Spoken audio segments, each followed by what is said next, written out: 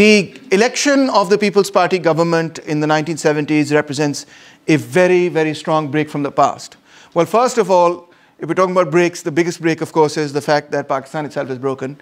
East Pakistan becomes Bangladesh. And that we have always underestimated.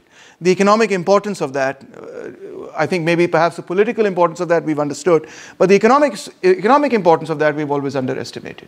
Secondly, this is the first time in Pakistan's history that you now have an elected prime minister. Previously, you have civilian prime ministers, but they are not elected via a mass vote in the same way. And of course, the public of Pakistan ends up electing very, very left-wing leaders, both in East Pakistan as well as in West Pakistan. In East Pakistan also, by the way, Sheikh Mujibur Rahman's program is very, very, very similar to Bhutto's program. He's also claiming that he's a socialist, that he's going to nationalize property, and he did when he came to power. Immediately after he came to power, he's going to do land reforms and nationalization, etc., and roti kapda makan, etc. And by the way, even Indira Gandhi is making the same claims in India, etc. So this is a left-wing wave across the world, which is, also obviously has its impact on Pakistan. And last but not least, Bhutto also decides that he's going to have a non-aligned foreign policy. He's not going to do the bidding of the United States and the United Kingdom, of the formal colonial powers, as Pakistan had been doing previously. So here's an estimate of how important East Pakistan really was to West Pakistan. 50% of West Pakistan's products found their way into East Pakistan in 1969-70. 50% of everything produced in West Pakistan was being sold actually in East Pakistan. So important. And 18% of West imports came from East Pakistan. So we had nearly imported a quarter of our imports. Sorry, not a quarter, rather a fifth of our imports, nearly a fifth of our imports were coming from East Pakistan. So this is, economically we were, in our perception maybe we're not so integrated because they're over there, tum udhar or hum idhar. But in economic terms, actually the integration is present and it will have an impact on Pakistan as well as Bangladesh's economic future. Overall growth statistics, let's look at them. I'm sure you find statistics gross, but gross statistics means overall statistics here.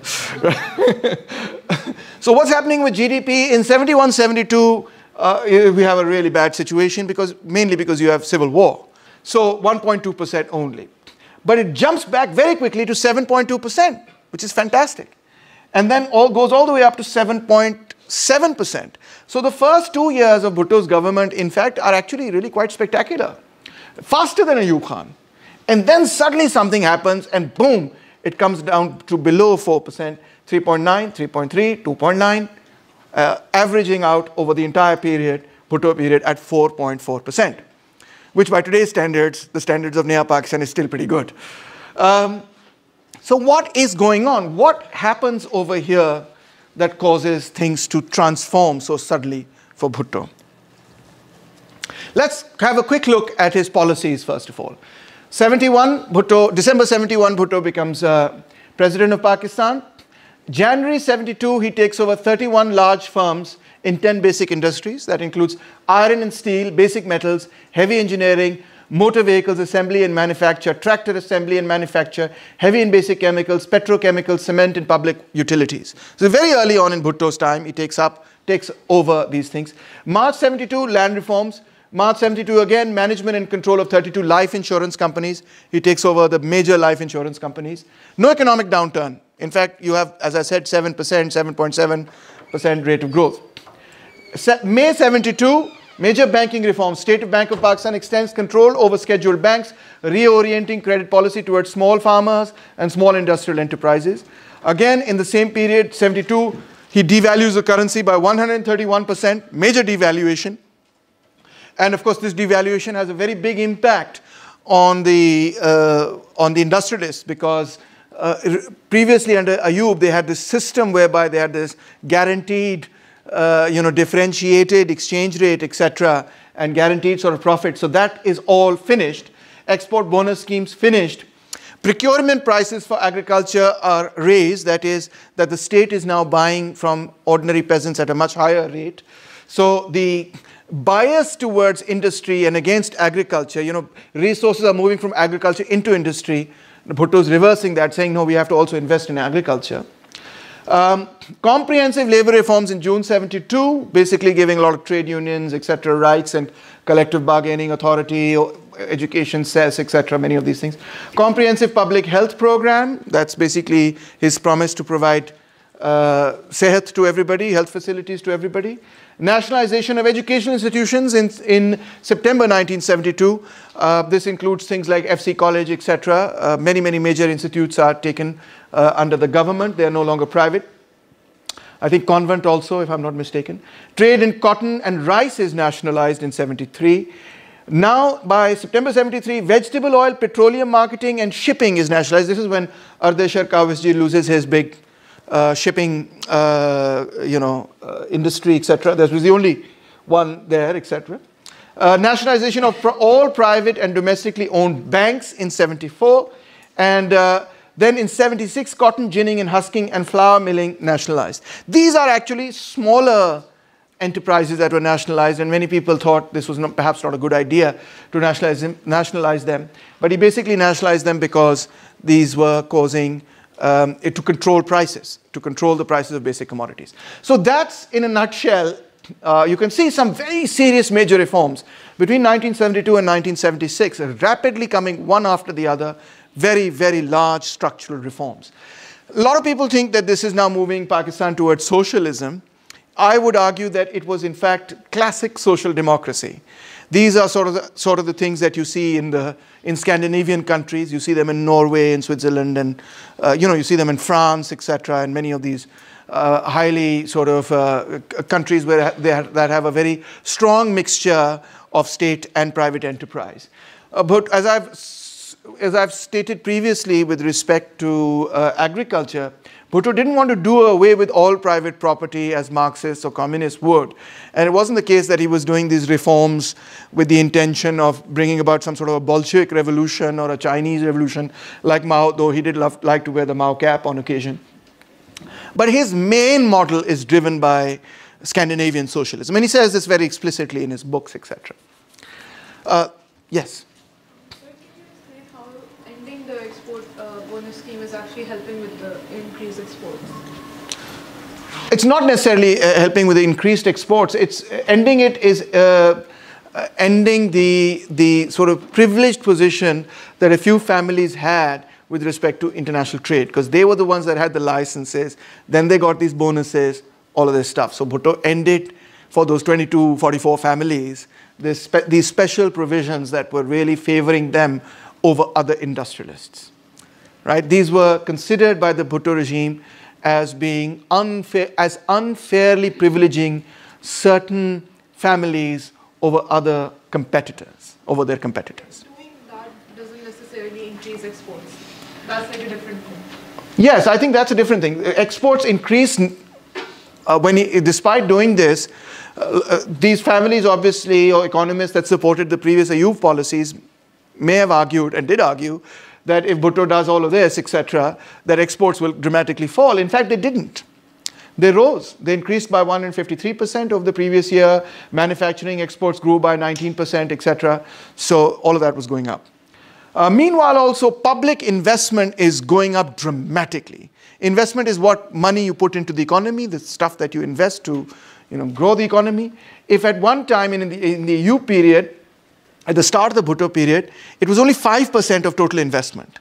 By the end of the Bhutto period, it's 75% of total investment. So dramatic turnaround in the model of development itself. Now, Hamza was asking this question, why not involve the state versus the market, etc., right? So basically what's happening over here is a dramatic change from market to state-driven investment. Yes? So what is it that happens in 1973-74? OPEC.